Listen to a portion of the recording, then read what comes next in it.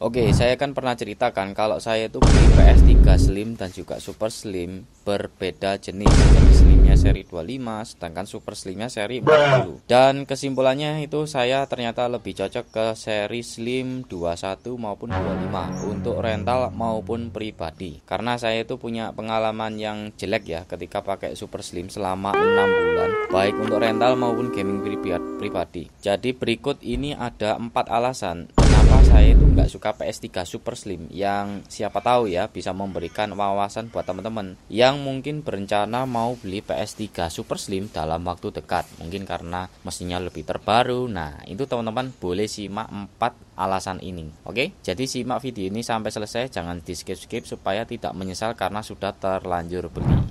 Oke, yang pertama kita langsung saja ya, sering macet. Nah, ini alasan yang pertama yang menurut saya krusial sih, menurut pengalaman pribadi saya ketika pakai untuk rental maupun untuk pribadi. Jadi memang kalau saya berasumsi ya, mungkin karena ya firmware-nya belum optimal. Jadi ya ini agak susah sih kalau firmware saya malas juga sih update firmware atau gimana.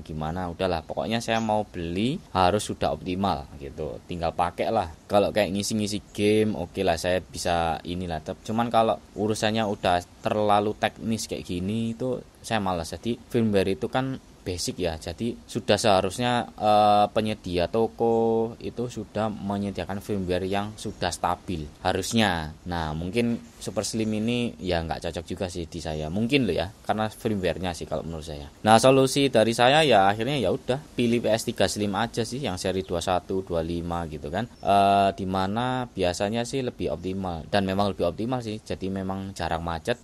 Slim saya itu punya Slim saya yang putih itu, jadi ya lebih cocok ke Slim sih kalau saya dibanding seri Super Slim gitu sih kalau dari saya. Itu yang pertama ya. Terus yang kedua adalah dari sisi CD-ROM-nya. Ini CD-ROM itu nggak tahu kenapa ya, di Super Slim itu agak nyebelin sih. Kenapa ya?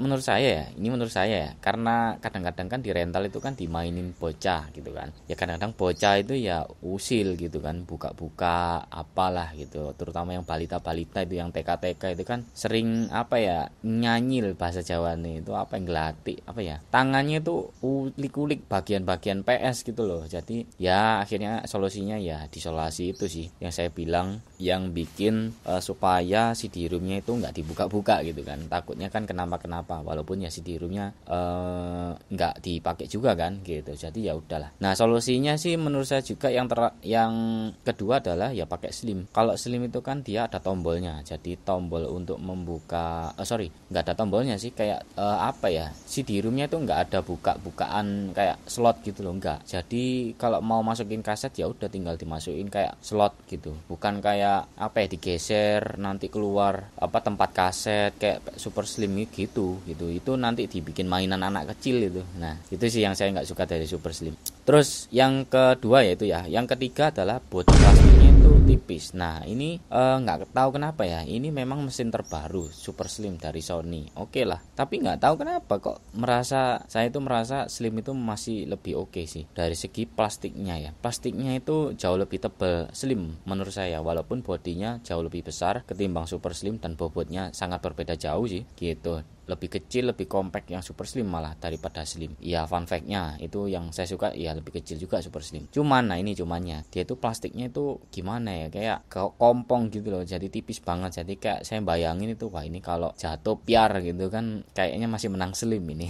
Tapi kan ya nggak mungkin lah saya ngetes untuk jatuhin ngetes ketahanannya, jadi nggak mungkin lah, gila. Siapa tahu gitu kan nggak tahu kenapa nanti tiba-tiba jatuh kan, biasa jadi itu bisa melindungi gitu. Cuman ya gitu sih, kalau Super Slim itu fun fact-nya adalah plastiknya itu jauh lebih tipis saja menurut saya ketimbang kualitas plastiknya Slim yang dimana itu jauh lebih tebal, padahal itu seri yang terbaru loh. Nah, nggak tahu kenapa seperti itu Sony. Terus yang keempat adalah enable hand dulu. Nah, ini kalau dipakai rental, kalau dipakai pribadi sih oke lah, enable hand dulu kita bisa sabar. Tapi terkadang itu ada pengunjung yang nggak mau kayak BT gitu loh teman-teman, enable hand dulu, nunggu nunggu dulu, belum macet. Padahal belum main game itu saya juga pernah macet gitu. Enable hand itu macet itu saya pernah berkali-kali gitu kan pakai Super Slim. Dan ini ya mungkin gara-gara firmware, itu kembali lagi ke firmware mungkin ya, yang belum optimal pakai Super Slim mungkin, kemungkinan ya. Jadi ya solusi saya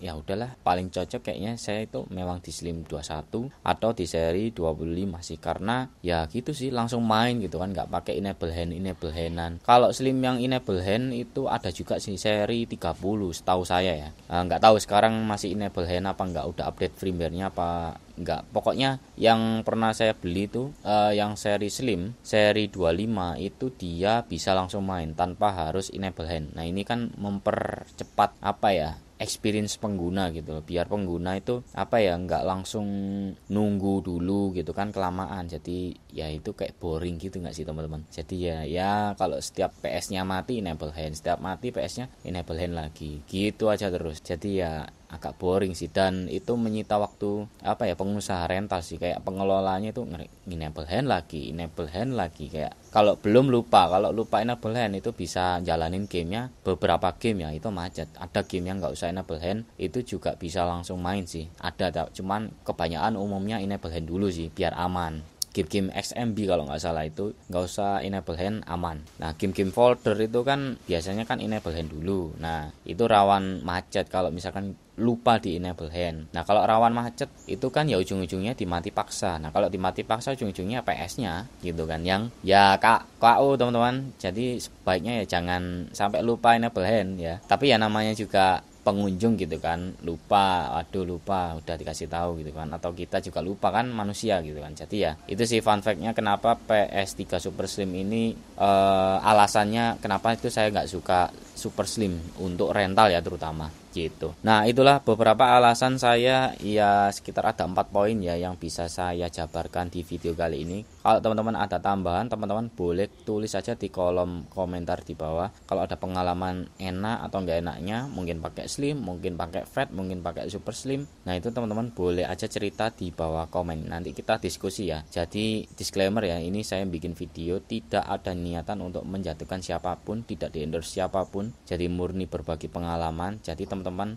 apa ya, sebaiknya mengetahui hal itu ya. Jadi saya memang murni berbagi wawasan. Oke. Jadi kalau teman-teman mau, teman-teman boleh request konten selanjutnya, nanti saya akan sharing berdasarkan apa yang saya tahu. Oke. Segitu saja dari saya, semoga bermanfaat. Wassalamualaikum warahmatullahi wabarakatuh.